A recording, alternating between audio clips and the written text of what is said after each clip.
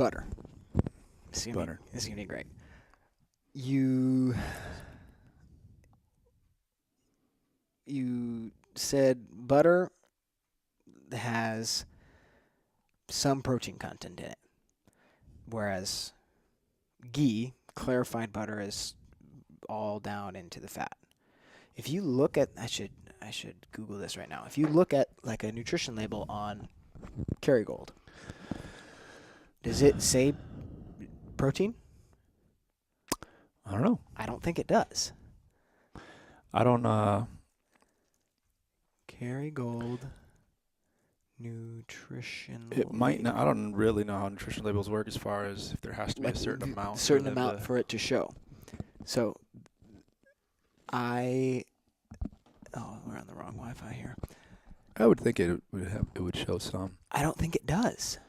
So here's why this is super interesting to me. This is where is it at here? So anecdotal data here, just myself. I noticed this week that I feel better when I just don't do bulletproof, just straight liquid fast.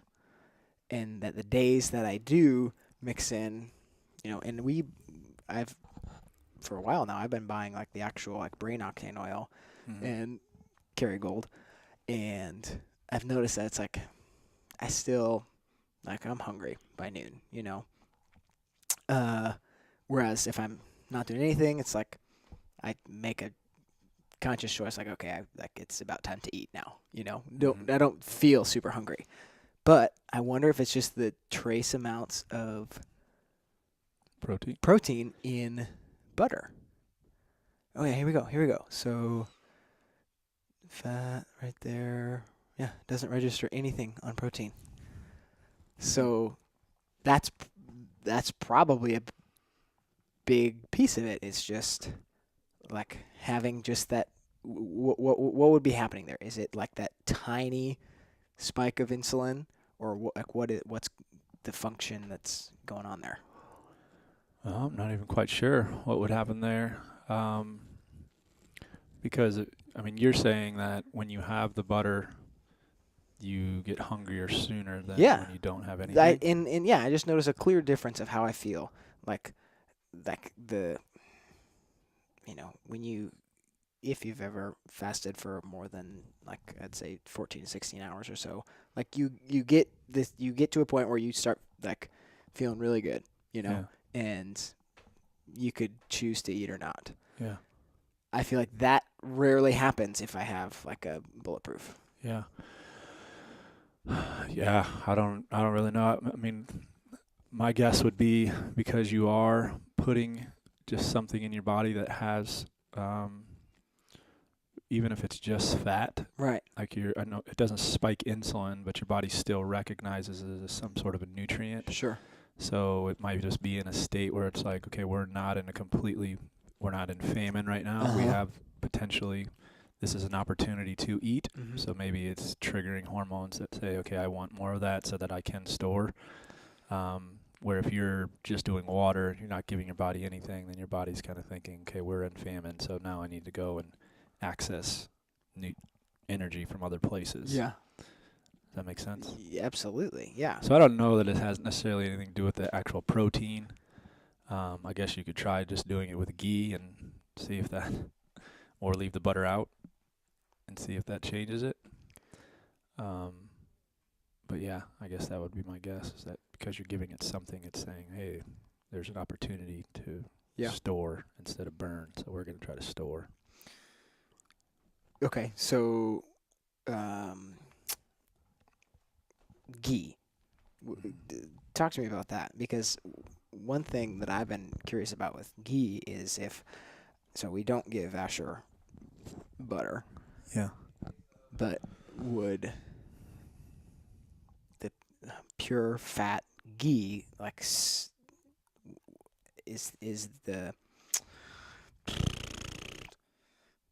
protein content of the butter, is that potentially the thing that's causing the inflammation?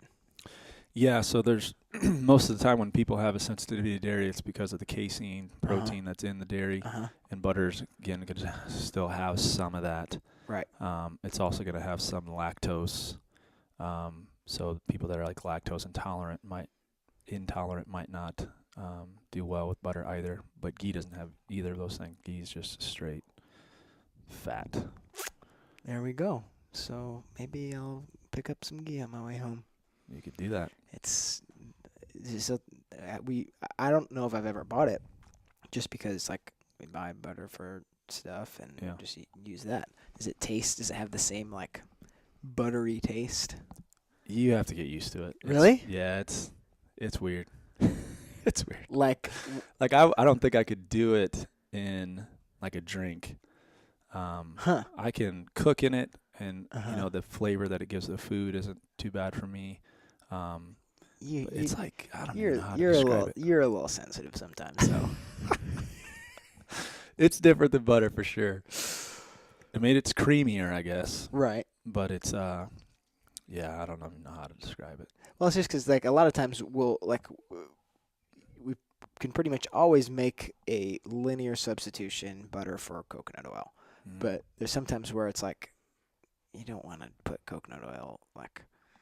I don't know. I can't think of an example off my top of my head. Even for making like popcorn, it's like there's a distinct taste of popcorn cooked in coconut oil, but it's like buttered popcorn is like that's a thing, you know? Yeah. And I don't think ghee popcorn. I would say ghee on popcorn would taste more like coconut oil on popcorn than it would like butter on popcorn. Yeah. Huh. But again, I think it's acquired. You would have to try it out. Interesting. It's pretty expensive too, compared to butter. Because it's so. Would you call that refined? Yeah, I mean, I guess that would be a form of refining the product. But I don't know why it would. I don't know why it's so pricey. I guess demand. Well, and it's also just there's probably I guess maybe you don't even know this, but the process of making it, do you make butter first and then you make so you can make your own ghee. Right. So I'm assuming it's just because it's probably twice the processing is milk to butter, butter to ghee. Probably. You know. Interesting. Cool. Well, there's your little short on butter and ghee. Go try it. Yeah, I will.